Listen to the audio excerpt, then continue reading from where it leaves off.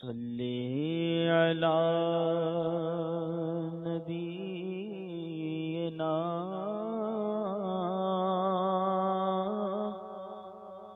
صلی علی محمد. الحمدللہ وسلام علی عبادہ الذین اصطفى. قال اللہ تعالی فی شان حبیبہ ان اللہ وملائکتہ یصلون علی النبی یا ایھا الذین آمنوا صلوا علیہ وسلموا تسلیما. اللہم صلی علی سیدنا ونبینا وشفیعنا وحبیبنا ومولانا محمد وعلی آلہ واصحابہ بارک وسلم. صلاۃ و سلام علیک یا سیدی یا رسول اللہ صلی اللہ تعالی علیہ وسلم. درس تمہید ایمان کی یہ 13ویں مجلس ہے اور پچھلے مجالس میں بھی ذکر ہوا کہ منافقین زبانہ یعنی وہابیہ دیابنا کس طرح سے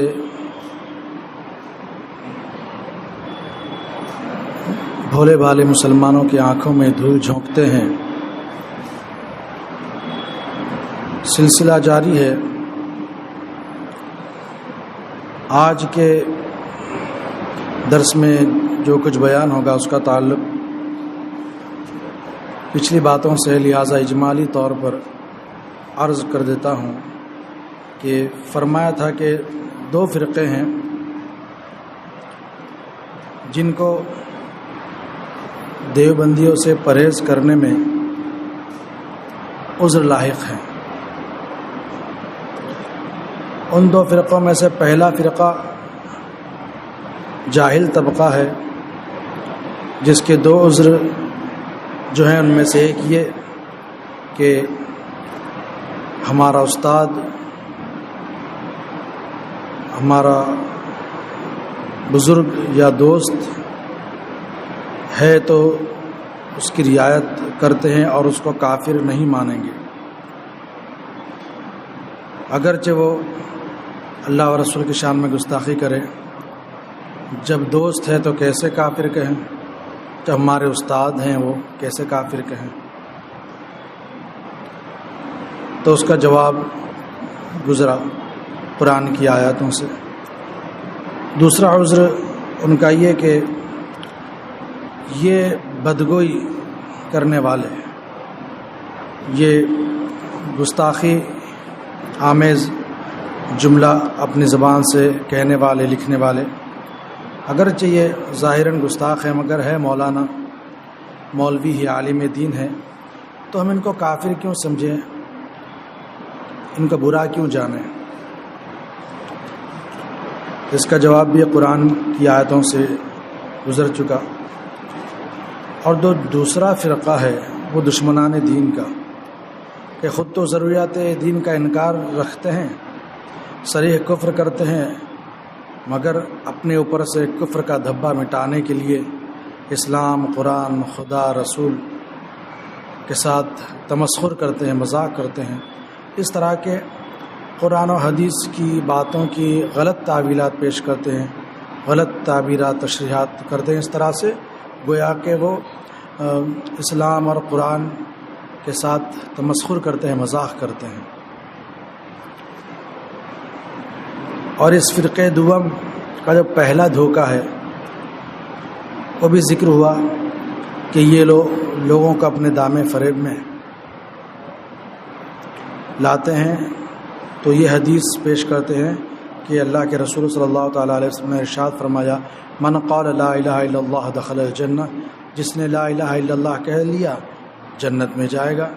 جب اللہ کے رسول نے فرما دیا کہ جو کلمہ اسلام پڑھا وہ جنت میں جائے گا تو جنت میں جائے گا، اگرچہ وہ کفر بکے، کچھ بھی کہے، اگرچہ وہ گستاخی آمیز کلمات اللہ اور رسول کی شان میں کہے، کلمہ اسلام پڑھ لیا تو وہ جنت میں جائے گا. تو اس کو کافر کیسے کہہ سکتے ہیں؟ تو یہ ان کا پہلا دھوکہ جس کا جواب گزرا. آج دوسرا دھوکہ مکر دوم کا ذکر ہے. صاحب کتاب فرماتے ہیں کہ اس فرقہ باطلہ کا مکر دوم یعنی دوسرا دھوکہ یہ ہے کہ امام اعظم کا مذہب ہے کہ لا نکفر احدا من اہل القبلہ، یعنی ہم اہل قبلہ میں سے کسی کو کافر نہیں کہتے، اور حدیث میں ہے کہ جو ہماری نماز پڑھے اور ہمارے قبلے کو منہ کرے اور ہمارا ذبیحہ کھائے وہ مسلمان ہے۔ حضرت امام اعظم ابو حنیفہ رضی اللہ تعالیٰ عنہ کا مذہب یہ کہ آپ فرماتے ہیں لا نکفر احدا من اہل القبلہ، کہ ہم جو ہیں اہل قبلہ میں سے کسی کو کافر نہیں کہتے۔ اب یہ عبارت پیش کر کے وہ یہ بتانا چاہتے ہیں کہ جو شخص بھی قبلے کی طرف منہ کر کے نماز پڑھتا ہے اسے کافر نہ کہا جائے۔ جو بھی قبلے کی طرف منہ کرتا ہے یعنی مسلمان ہے۔ وہ یہ اس کی تشریح کرتے ہیں، یہ بتانا چاہتے ہیں، یہ بتا کر جو ہے وہ دھوکہ دیتے ہیں لوگوں کو۔ صاحب کتاب فرماتے ہیں مسلمانوں، اس مکر خبیث میں ان لوگوں نے نری کلمہ گوئی سے عدول کر کے صرف قبلہ روئی کا نام ایمان رکھ دیا۔ ان لوگوں نے صرف کلمہ پڑھنے ہی کو اور قبلے کی طرف منہ کرنے کا نام ہی ایمان رکھ دیا انہوں نے، یعنی جو قبلہ رو ہو کر نماز پڑھ لے مسلمان ہے، اگرچہ اللہ عز و جل کو جھوٹا کہے، محمد رسول اللہ صلی اللہ تعالیٰ علیہ وسلم کو گالیاں دے، کسی صورت کسی طرح ایمان نہیں ٹلتا۔ کیا کہ اگر وہ کلمہ پڑھنے والا ہے اور قبلے کی طرف منہ کر کے نماز پڑھنے والا ہے تو وہ ایمان والا ہے، اگرچہ وہ اللہ تبارک و تعالیٰ کی شان میں گستاخی کرے، اللہ کو جھوٹا کہے اور اللہ کے رسول صلی اللہ تعالیٰ علیہ وسلم کو گالیاں دے، اس کے باوجود وہ ایمان والا ہے۔ دلیل کیا ہے؟ دلیل یہ دیتے ہیں کہ وہ قبلے کی طرف منہ کرتے ہیں اور کلمہ پڑھنے والے ہیں، لہٰذا وہ مسلمان ہیں۔ ان کا عقیدہ بھی یہاں پر ذکر کرنا چاہوں گا۔ ان کا عقیدہ یہ ہے کہ اللہ تبارک و تعالیٰ جھوٹ بول سکتا ہے مگر بولتا نہیں ہے، جبکہ اللہ تبارک و تعالیٰ ہر عیب اور نقص اور کمی سے پاک ہے۔ یہ ہمارے ضروریاتی دین کے مسائل میں سے ہے کہ اللہ تبارک و تعالیٰ ہر عیب سے پاک ہے، اور جھوٹ تو بہت بڑا عیب مانا جاتا ہے۔ مسلمانوں کے علاوہ دیگر قوموں میں بھی جھوٹ جو ہے برا سمجھا جاتا ہے، سب برا مانتے ہیں۔ تو یہ کہتے ہیں کہ اللہ تبارک و تعالیٰ جھوٹ بول سکتا ہے مگر بولا نہیں، جبکہ قرآن پاک میں خود اللہ تبارک و تعالیٰ ارشاد فرماتا ہے من اصدق من اللہ قیلا، اور اللہ سے زیادہ سچی بات کس کی ہو سکتی ہے؟ یعنی سب سے سچی بات اللہ تبارک و تعالیٰ کی ہے، اور یہ غلط عقیدہ گڑے ہوئے ہیں کہ اللہ تبارک و تعالیٰ جھوٹ بول سکتا ہے، معاذ اللہ۔ تو اس کا مطلب یہی ہوا کہ اللہ تبارک و تعالیٰ عیبی ہے، اللہ تبارک و تعالیٰ عیبی ہے لیکن اپنا عیب چھپائے ہوئے ہے۔ تو پھر ایک ہی عیب پر کیا سب ختم؟ جب ایک عیب ہے تو اور بھی عیب ہو سکتے ہیں، معاذ اللہ۔ تو یہ ان کا عقیدہ ہے، اور اللہ کے رسول مقبول صلی اللہ تعالیٰ علیہ وسلم کو گالیاں دیتے ہیں۔ یہ ان کی کتابوں سے واضح ہے کہ اشرف علی تھانوی نے اپنے رسالہ حفظ الایمان کے صفحہ 8 پر لکھا کہ بعض علوم غیبیہ مراد ہیں، یعنی اللہ کے رسول صلی اللہ تعالیٰ علیہ وسلم کے عالم غیب ہونے پر جو قرآن کی آیتیں موجود ہیں تو اس کی طرف اشارہ کر کے کہتا ہے کہ بعض علوم غیبیہ مراد ہیں، اللہ کے رسول کو بعض ہی علوم غیبیہ مراد ہیں۔ جب بعض علوم غیبیہ مراد ہیں تو اس میں حضور کی کیا تخصیص؟ معاذ اللہ، کیا تخصیص اس میں ایسا علم غیب تو زید، عمر، بلکہ ہر سبھی یعنی ہر بچے، ہر پاگل، بلکہ تمام جانوروں اور چوپایوں کے لیے بھی حاصل ہے۔ کتنی بڑی گستاخی ہے۔ تو یہ اعلیٰ حضرت فرما رہے ہیں کہ اللہ کے رسول صلی اللہ تعالیٰ علیہ وسلم کو گالیاں دیتے ہیں اور یہ کہہ کر کہ وہ قبلے کی طرف منہ کر کے نماز پڑھتے ہیں اور کلمہ پڑھتے ہیں تو مسلمان ہیں، انہیں کافر نہیں کہا جا سکتا۔ یعنی انہیں گستاخیاں بھی کرنا ہے اور اپنے ایمان کو چھپانے کے لیے غلط تعویلیں پیش کرنا ہے۔ تو وہ یہ کہتے ہیں کہ کلمہ پڑھنے والا اگر ہے اور قبلے کی طرف منہ کر کے نماز پڑھنے والا ہے تو اگرچہ وہ کچھ بھی کفر بکے اسے کافر نہ کہو۔ فرماتے ہیں چوں وضو محکم بی بی تمیز، یعنی جس طرح کہ ایک جاہل عورت یہ نہیں سمجھتی کہ ریح وغیرہ خارج ہونے سے وضو کیسے ٹوٹ سکتا ہے، اسی طرح یہ گستاخ نہیں سمجھتے کہ کفریہ کلمے سے ایمان کیسے جا سکتا ہے۔ جو جاہل ہو اس کو اگر ہم کہہ دیں کہ بھائی تمہارا وضو برقرار نہیں رہا، وضو ٹوٹ گیا، اس کو مسئلہ بتائیں کہ اگر ریح خارج ہو جائے تو وضو ٹوٹ جاتا ہے، تو یہاں جو فرمایا کہ جاہل عورت جیسے کہ اس بات کو تسلیم نہیں کرتی کہ ریح وغیرہ خارج ہونے سے وضو ٹوٹے گا، کیونکہ وہ یہ ظاہر تو یہ ہے کہ اعضائے وضو جو ہیں ان پر تو کوئی نجاست نہیں لگی۔ جب اعضائے وضو پر کوئی نجاست نہیں لگی تو ناپاکی کاہے کی؟ مگر شریعت کیا کہتی ہے؟ شریعت یہ کہتی ہے کہ سبیلین میں سے کچھ نکلے ریح وغیرہ تو وضو ٹوٹ جاتا ہے۔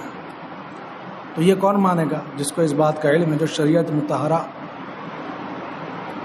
کو تسلیم کرتا ہے۔ فرماتے ہیں تمہارا رب عز و جل فرماتا ہے لیس البر ان تولوا وجوهکم قبل المشرق والمغرب ولكن البر من آمن بالله واليوم الآخر والملائکۃ والکتاب والنبیین۔ یعنی یہ جو کہہ رہے ہیں نا کہ ہمارا مذہب ہے، امام اعظم فرماتے ہیں لا نکفر احدا من اہل القبلہ، کہ ہم اہل قبلہ میں سے ہیں، ہم اہل قبلہ میں سے کسی کو کافر نہیں کہتے۔ تو اس کا جواب ہے کہ اس مذہب کو لے کر یہ کہنا کہ قبلے کی طرف منہ کرنے والا کیسے بھی گستاخی کرے کافر نہیں ہوتا، اس کا جواب ہے قرآن کی آیت سے کہ اللہ تبارک و تعالی ارشاد فرماتا ہے کہ اصل نیکی یہ نہیں ہے کہ اپنا منہ مشرق مغرب کی طرف کرو، اصل نیکی یہ نہیں ہے کہ اب تم اپنا منہ مشرق اور مغرب کی طرف کرو، بلکہ اصل نیکی یہ ہے کہ آدمی ایمان لائے اللہ اور قیامت اور فرشتوں اور قرآن اور تمام انبیاء پر۔ فرماتے ہیں دیکھو صاف فرما دیا کہ ضروریات دین پر ایمان لانا ہی اصل کار ہے، یہی اصل کام ہے، بغیر اس کے نماز میں قبلے کے منہ کرنا کوئی چیز نہیں ہے، کوئی فائدہ نہیں۔ اور دوسری آیت اللہ تبارک و تعالی ارشاد فرماتا ہے وما منعهم ان تقبل منهم نفقاتهم الا انهم كفروا بالله وبرسوله ولا يأتون الصلاة الا وهم كسالى ولا ينفقون الا وهم كارهون۔ اور وہ جو خرچ کرتے ہیں اس کا قبول ہونا بند نہ ہوا مگر اس لیے کہ انہوں نے اللہ و رسول کے ساتھ کفر کیا اور نماز کو نہیں آتے مگر جی ہارے،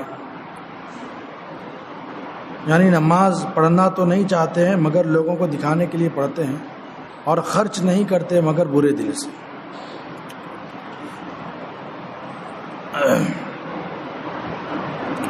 فرماتے ہیں دیکھو ان کا نماز پڑھنا بیان کیا، ان کا نماز پڑھنا بیان کیا اور پھر انہیں کافر فرمایا۔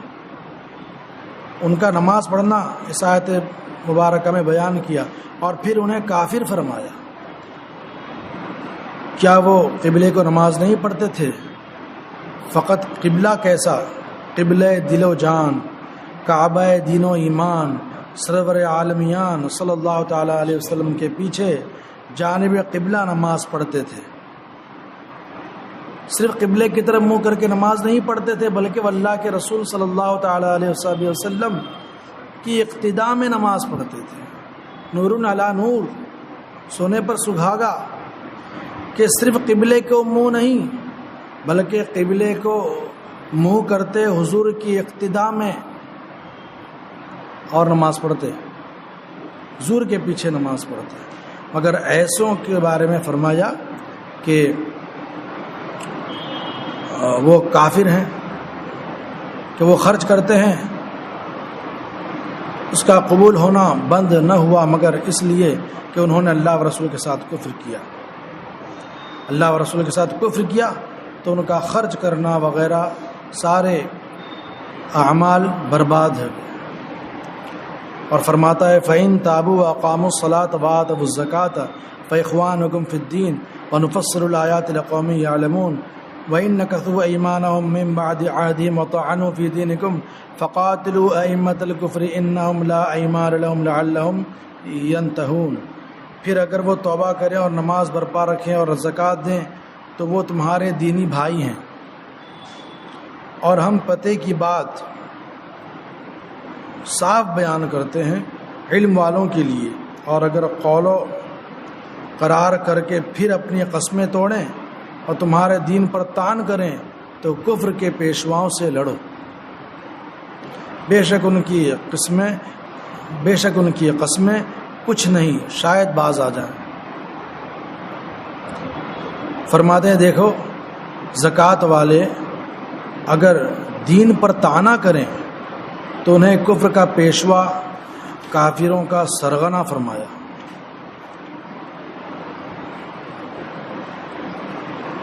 پہلے تو فرمایا کہ فَإِخْوَانُكُمْ فِي الدِّينِ، وہ تمہارے دینی بھائی ہیں، مگر جو ہی طعن و تشنیع کریں، جو ہی وہ دین پر طعنہ کریں تو پھر وہ بھائی نہ رہے بلکہ وہ انہیں کافروں کا پیشوا اور کافروں کا سرغنہ بتایا گیا. کفر کا پیشوا اور کافروں کا سرغنہ بتایا گیا. کیا خدا اور رسول کی شان میں وہ گستاخیاں دین پر طعنہ نہیں؟ اس کا بیان بھی سنیے. تمہارا رب عز و جل فرماتا ہے من الذین ہادوا یحرفون الکلم عن مواضعہ ویقولون سمعنا وعصینا واسمع غیر مسمع وراعنا لیا بألسنتهم وطعنا في الدین ولو انهم قالوا سمعنا واطعنا واسمع ونظرنا لكان خيرا لهم واقوم ولكن لعنهم الله بكفرهم فلا يؤمنون الا قليلا. کچھ یہودی بات کو اس کی جگہ سے بدلتے ہیں اور کہتے ہیں کہ ہم نے سنا اور نہ مانا. اور سنیے آپ سنائیں نہ جائیں، آپ سنائے نہ جائیں. اور راعنا کہتے ہیں زبان پھیر کر اور دین میں طعنہ کرنے کو.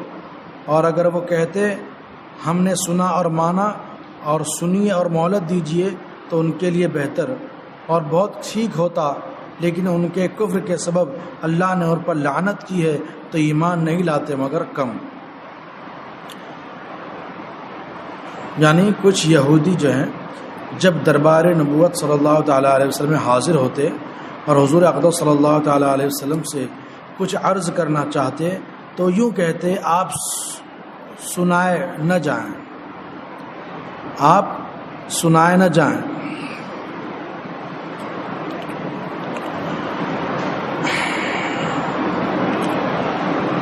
جس سے ظاہر تو دعا ہوتی، یعنی حضور کو کوئی ناگوار بات نہ سنائے اور دل میں بددعا کا ارادہ کرتے کہ سنائی نہ دے. اور جب حضور اقدس صلی اللہ تعالیٰ علیہ وسلم کچھ ارشاد فرماتے اور یہ بات سمجھ لینے کے لیے مہلت چاہتے تو راعنا کہتے، جس کا ایک پہلو ہے ظاہر یہ کہ ہماری رعایت فرمائیں، اور مراد خفی اور ان کی جو حقیقت میں ان کی چھپی ہوئی مراد رہتی کیا، یعنی رعونت یعنی تکبر والا. بعض زبان دبا کر راعینا کہتے یعنی ہمارا چرواہا، معاذ اللہ.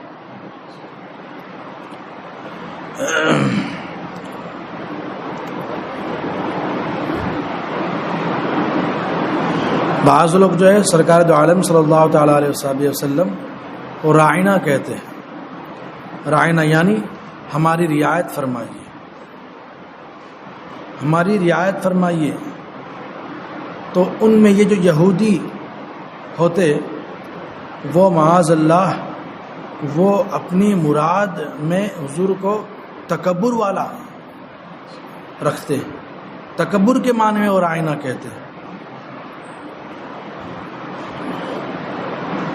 اور بعض تو ایسے کہ زبان دبا کر راعینا کہتے. راعینا اس کا معنی ہوتا ہے کہ ہمارا چرواہا، معاذ اللہ.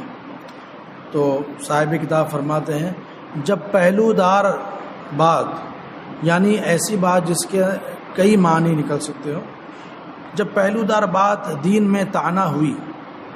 اب دیکھیں یہاں قرآن پاک میں جب انہوں نے ایسی شرارت کی تو اللہ تبارک و تعالیٰ نے ارشاد فرمایا لا تقولوا راعنا، راعنا نہ کہو. وہ کہنے ہی سے منع فرما دیا. سارے لوگ تو ایسا نہیں کہتے، ساروں کی مراد تو یہ نہیں ہوتی تھی. اس میں جو یہودی ہوتے تھے، جو منافقین تھے در حقیقت اسلامی لباس میں مسلمانوں کے بیچ میں منافقین، ان کا یہ تھا شر. اور وہ جو ہے اپنی مراد میں حضور کو تکبر والا معاذ اللہ اور چرواہا مراد لیتے. سب تو نہیں کہتے تھے، کیونکہ عربی زبان ایسی ہے کہ ایک لفظ کے کئی بھی معنی ہوتے ہیں، بعض الفاظ ہیں. تو یہ پہلو دار بات ہے کہ ایک معنی یہ ہے اور ایک معنی دوسرا ہے. تو جب انہوں نے معاذ اللہ حضور علیہ الصلاۃ والسلام کو رائنا کہا، مگر مراد انہوں نے اپنی خود سے مراد معاذ اللہ گالی دینا ان کا یہ عمل تھا در حقیقت. تو اللہ تبارک و تعالی نے اس لفظ کے ہی کہنے سے منع فرما دیا کہ لا تقولوا راعنا، کہ انہیں راعنا نہ کہو. ونظرنا، یہ کہو کہ ونظرنا.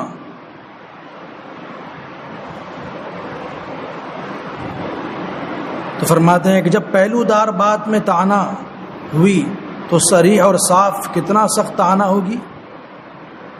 فرماتے ہیں کہ جب ایسی بات جس کے کئی پہلو نکل سکتے ہوں اس کو گستاخی قرار دی گئی، ایسی بات کو اللہ تبارک و تعالیٰ نے گستاخی قرار دیا اور اس لفظ کے کہنے ہی سے منع فرما دیا، تو پھر اس کے مقابلے میں حضور کو صاف گالیاں دینا یہ کتنا سخت طعنہ ہے اور کتنا برا ہے، کتنا قبیح ہے. فرماتے بلکہ انصاف کیجئے تو ان باتوں کا صریح بھی ان کلمات کی شناعت یعنی برائی کو نہیں پہنچتا. وہ لفظ رائنا تھا، صریح لفظ تھا، لیکن وہ ایسا لفظ تھا کہ اس لفظ کے مقابلے میں نہیں تھا وہ، بلکہ وہ پہلو دار تھا. مگر یہ تو صاف صاف مراد بھی ہے اور الفاظ بھی ہے بدگوئی کے، تو یہ کتنا قبیح ہوگا. فرماتے ہیں کہ جب پہلو دار بات دین میں طعنہ ہوئی تو صریح و صاف کتنا سخت طعنہ ہوگی. بلکہ انصاف کیجئے تو ان باتوں کا صریح بھی ان کلمات کی شناعت کو نہیں پہنچتا. بہرا ہونے کی دعا یا رعونت یا بکریاں چرانے کی نسبت کو ان الفاظ سے کیا نسبت کہ شیطان سے علم میں کمتر، یا پاگلوں چوپایوں سے علم میں ہمسر، اور خدا کی نسبت وہ کہ جھوٹا ہے، جھوٹ بولتا ہے، جو اسے جھوٹا بتائے مسلمان سنی صالح ہے؟ ہرگز نہیں. العیاذ باللہ رب العالمین. فرماتے ہیں کہ جو حضور علیہ الصلاۃ والسلام کو صاف طور پر گالیاں دے اور شیطان کے علم کو حضور کے علم سے زیادہ بتائے اور شیطان سے علم میں کمتر یا پاگلوں چوپایوں سے علم میں برابر بتائے، خدا کی نسبت کر کے وہ خدا کو جھوٹا کہے، تو کیا ایسا شخص مسلمان ہو سکتا ہے؟ سننے صالح ہو سکتا ہے؟ ہرگز نہیں. والعیاذ باللہ. تو یہ ہیں وہ لوگ جو قرآن کی کسی آیت سے یا امام اعظم کا مذہب کو آڑ بنا کر اپنے کفر اور اپنے پر سے کفر کے دھبے کو مٹانے کے لیے وہ طرح طرح کی تعبیرات پیش کرتے ہیں. جیسے کہ گزرا کہ امام اعظم فرماتے ہیں کہ ہم اہل قبلہ میں سے، یعنی جو قبلے کی طرف منہ کر کے نماز پڑھتے ہیں، ان میں سے کسی کو کافر نہیں کہیں گے، تو لہٰذا وہ کافر نہیں ہے، انہیں کافر نہیں کہہ سکتے.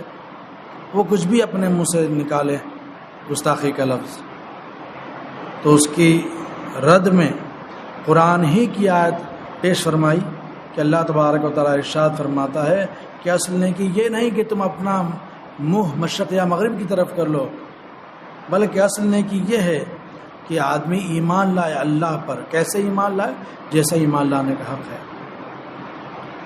وہی عقیدہ رکھے اللہ تبارک و تعالیٰ کے بارے میں جو قرآن و حدیث سے ملتا ہے. قیامت کے بارے میں وہی عقیدہ رکھے جو قرآن و حدیث سے ملتا ہے. فرشتوں کے بارے میں، انبیاء کرام کے بارے میں، قرآن کے بارے میں وہی عقیدہ رکھے جو قرآن و حدیث سے ہمیں ملتا ہے. اور اگر اس کے خلاف عقیدہ گڑھا تو پھر وہ ایمان والا نہیں ہے، اگرچہ وہ قبلے کی طرف منہ کر کے 1000 مرتبہ جو ہے وہ 1000 رکعتیں روزانہ پڑھ لیا کرے. تو پھر آخر میں فرما رہے ہیں کہ جب اللہ تبارک و تعالیٰ نے وہ لفظ جس کے کئی پہلو نکلتے ہیں معنی کے لحاظ سے، تو اس کو یہ یہودی برے معنی میں لے کر حضور سے خطاب کرتے تھے، تو اس کے بارے میں اللہ تبارک و تعالیٰ نے ممانعت فرما دی اور فرمایا کہ لا تقولوا راعنا وقولوا انظرنا واسمعوا، کہ راعنا نہ کہو، یہ کہو کہ آپ نظر فرمائیے، سنیے. جب اسی پر ممانعت اور اسی پر پابندی لگا دی اللہ تبارک و تعالیٰ نے، تو یہ جو اقوال ہیں ان وہابیہ داعی بنا کے کہ معاذ اللہ کہ اللہ کے رسول کو پیٹھ پیچھے کا علم نہیں ہے، یا ان کے علم کی کیا خصوصیت، ہر پاگل، ہر بچے، ہر جانور کو ایسا علم حاصل ہے معاذ اللہ، یہ تو صاف و صریح توہین ہوئی، کھلا کفر ہوا یہ تو. اور ان کی اور دوسری قسم ہے، اس کا ذکر انشاءاللہ آئندہ مجلس میں ہوگا. اللہ تبارک و تعالیٰ کی بارگاہ میں دعا ہے کہ ہم نے جو کچھ پڑھا کہا سنا کہیں کسی قسم کی کوتاہی سرزدی اسے معاف فرمائے، اسلام اور سنت پر زندہ رکھے، اسی پر ہمارا خاتمہ فرمائے. سبحانک اللہم و بحمدک لا الہ الا انت استغفرک و اتوب الیک برحمتک یا رحمت.